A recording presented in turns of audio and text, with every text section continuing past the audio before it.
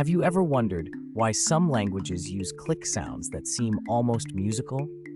These rare sounds, found in languages like Xhosa and Kung, are made by creating a vacuum in the mouth and releasing it, producing a distinctive click. Such sounds are not only unique but also serve as important elements of identity and heritage for the communities that use them. In some societies, click sounds are even woven into songs, rituals, and storytelling. Their presence highlights the extraordinary diversity of human expression and the creative ways people communicate across the world.